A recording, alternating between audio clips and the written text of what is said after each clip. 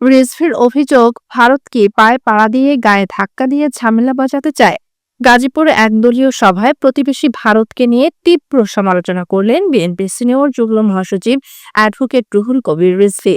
তিনি অভিযোগ করে বলেন, প্রতিদিন সীমান্তে পথে পুশিং করে ভারত বাংলাদেশি বিদেশি নাগরিক ঢুকিয়ে দিচ্ছে।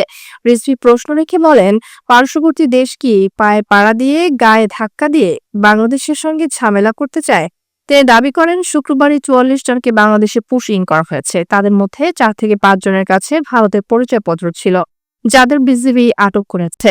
তিনি সরকারের উদ্দেশ্যে বলেন, এই পরিস্থিতিতে কঠোর জবাব দেওয়া উচিত। বক্তব্যে রিজভী আরও বলেন, বাংলাদেশ স্বাধীন রাষ্ট্র, শক্তিশালী সার্বভৌমত্বের দেশ। আমাদের তরুণরা জানে কিভাবে রক্ত দিয়ে স্বাধীনতা রক্ষা করতে হয়। দিল্লির প্রফুরা এটা যেন ভুল না করেন। এ সময় তিনি লন্ডনে বিএনপি প্রধান উপদেষ্টা ও তারেক রহমানের বৈঠক নিয়েও বক্তব্য দেন। বলেন, কারো কারো মনে এই বৈঠক জ্বালা ধরিয়েছে। অনেকেই নিরপেক্ষতা নিয়ে প্রশ্ন তুলেছেন, অথচ তাদের রাজনৈতিক ইতিহাসে বারবার অবস্থান বদলের নজির আছে। নির্বাচন প্রসঙ্গে রিজভী বলেন, এপ্রিল মাসের রমজান ও ঈদ থাকায় তখন নির্বাচন বাস্তবসম্মত নয়, বরং ফেব্রুয়ারির শুরুতে নির্বাচন হলে তা হবে সময় উপযোগী ও জনগণের অংশগ্রহণমূলক।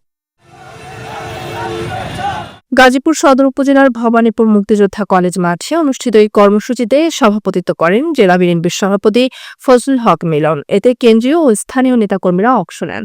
বাংলাদেশের রাজনীতিতে উত্তেজনার বার্তা, সীমান্ত ইস্যু ও নির্বাচনী সমীকরণের রিজভীর হুঁশিয়ারি।